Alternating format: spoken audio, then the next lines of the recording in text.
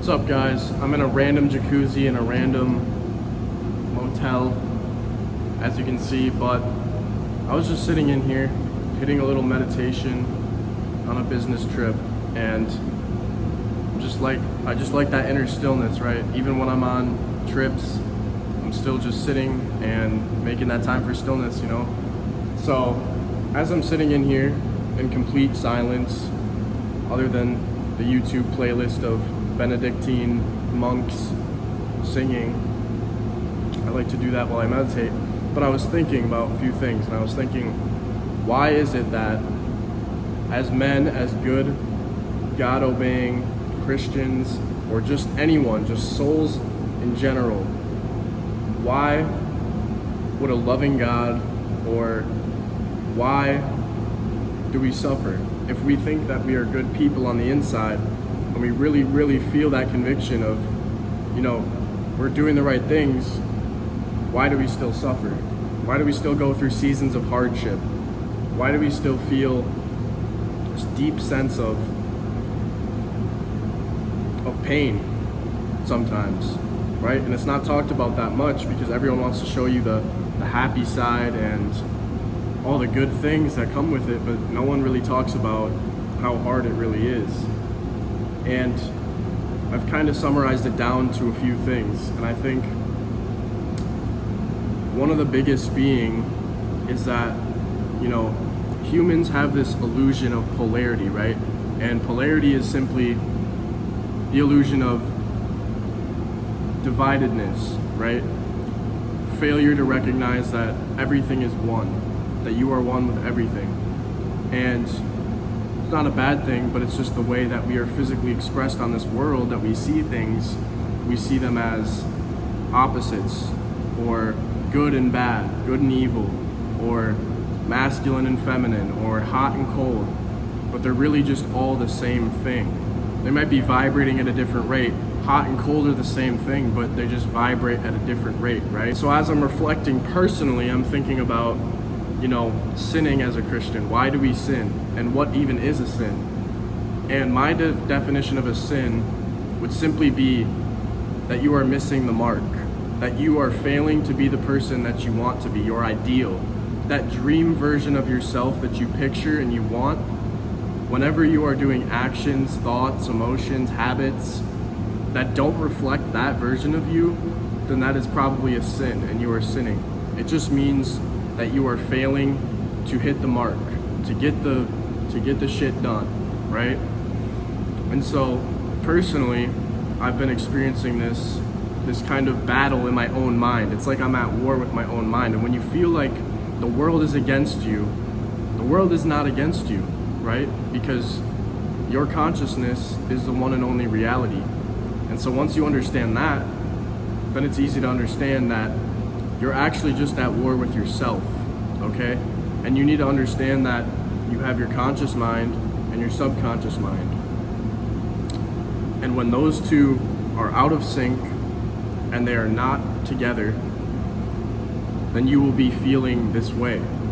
You will be feeling like you are at war with yourself, like the world is against you, it's crumbling in, and you're sinning, and you're suffering, and you're generally just not as happy as you could be, right? And so the subconscious is a 95% of your brain that remembers everything, it is all-knowing, it is infinite, and it remembers every single thing you've seen, you've said, you've done. Most people think that it just goes away, that the past is just in the past, but it actually is always replaying in the back of your mind, subconsciously controlling your actions all the time. And so whatever you impress upon your subconscious will be expressed into the material world with your conscious mind, and it goes the other way. Your subconscious mind will also be able to reveal those ideas, those aha moments, those crazy things that you say, you know, only God could have given you that idea.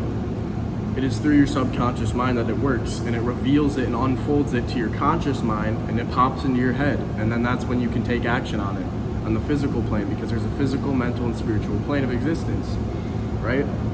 And so as I'm here, I'm thinking about, you know, I've been kind of dealing with wanting to move for the longest time.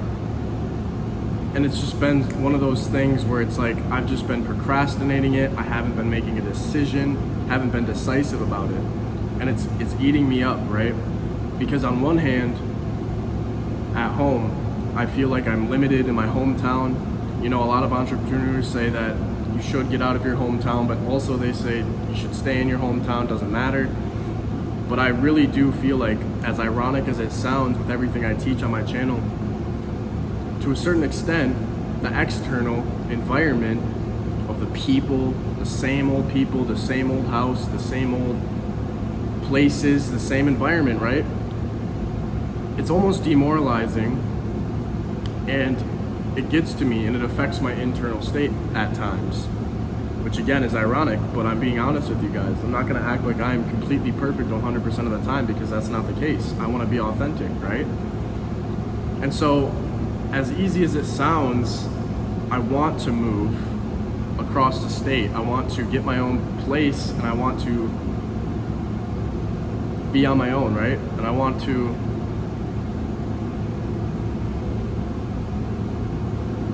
basically start a whole different life.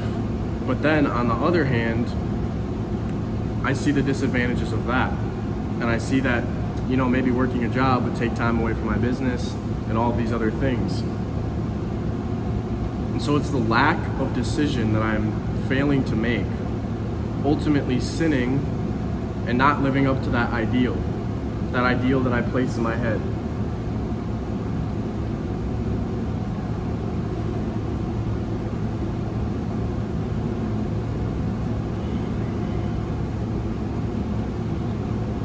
And so, ultimately, if you have desire for something, it's not for no reason. It's because God knows you're capable of doing it and He wants you to do it. And so anytime that you are sinning, or you are missing the mark and making a mistake, or going back to your old self every single day, the goal should be to kill your old self every single day. You should wake up a new day, a new person, and be different than that last person, but still just working towards that mighty righteousness ideal. And it's way easier said than done. If you're reading all these books and you're watching these YouTube videos and you're writing it down on paper and you're talking about it with your friends, it's so easy to do that, but it's so hard to actually live it, to be. And it is not about doing anything. It is simply about being. You must just become, you must decide. And I think with the new year coming up, this is very important. I was talking to one of my clients about this, is you need to just get in a very, very deep prayer, meditation, and unite with your subconscious mind, your connection to the infinite, your connection to God. And you need to implant these new visions, these new ideas of this new version of yourself. And if it helps you, do it before the new year. So that way, you can kind of almost brainwash and trick yourself that it's a whole new year. I get to become a whole different person if I want to. So I must decide, okay? But I think the problem with most people is they don't even actually know what they want, because they're so stimulated all the time on a lower level of consciousness, trapped in their five senses, that they aren't actually taking the time to literally just have silence and ask themselves those hard questions. And another thing I do for my clients is have them write down a list of everything that they do not like about themselves. Interpersonally, internally, externally, how they appear to other people, socially, habits, any of these things. And it's easy to lie to yourself, but you can never lie to God, right?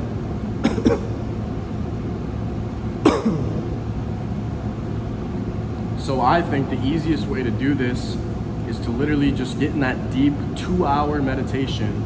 Think about truly what that ideal version of yourself looks like. So once you ask yourself these very, very hard questions, and you are honest with yourself and you are honest with God, the all-knowing, it is going to become much simpler for you to write that all down, type it out, whatever you got to do, and then actively pursue and don't do anything, but become that were the ideal, right? And you will progressively realize this over time. You'll realize you're starting to think different, you're starting to feel different, you are different, you're a being, you are not doing anything, you are not out hustling, you are simply just being, right?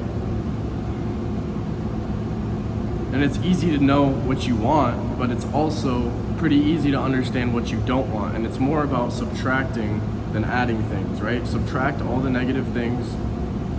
And the whole part of reality creation is that you simply get to choose what enters your consciousness, what you place your attention on, what you think about.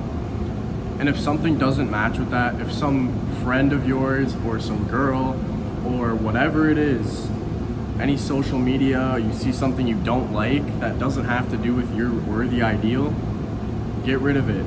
Don't place any attention on it. Drop it. You have that power to sacrifice that, and sacrifice is a scary word, but all that means is an exchange. You're just simply exchanging that for the life that you want. I know this is kind of a rant, but that's all I really have for you. And if you're watching this, subscribe to the channel, and good luck with your New Year's resolutions. Stay tuned in this channel. We're about to start ramping stuff up, and I'm very excited. I'm very grateful for you watching this right now. God bless you.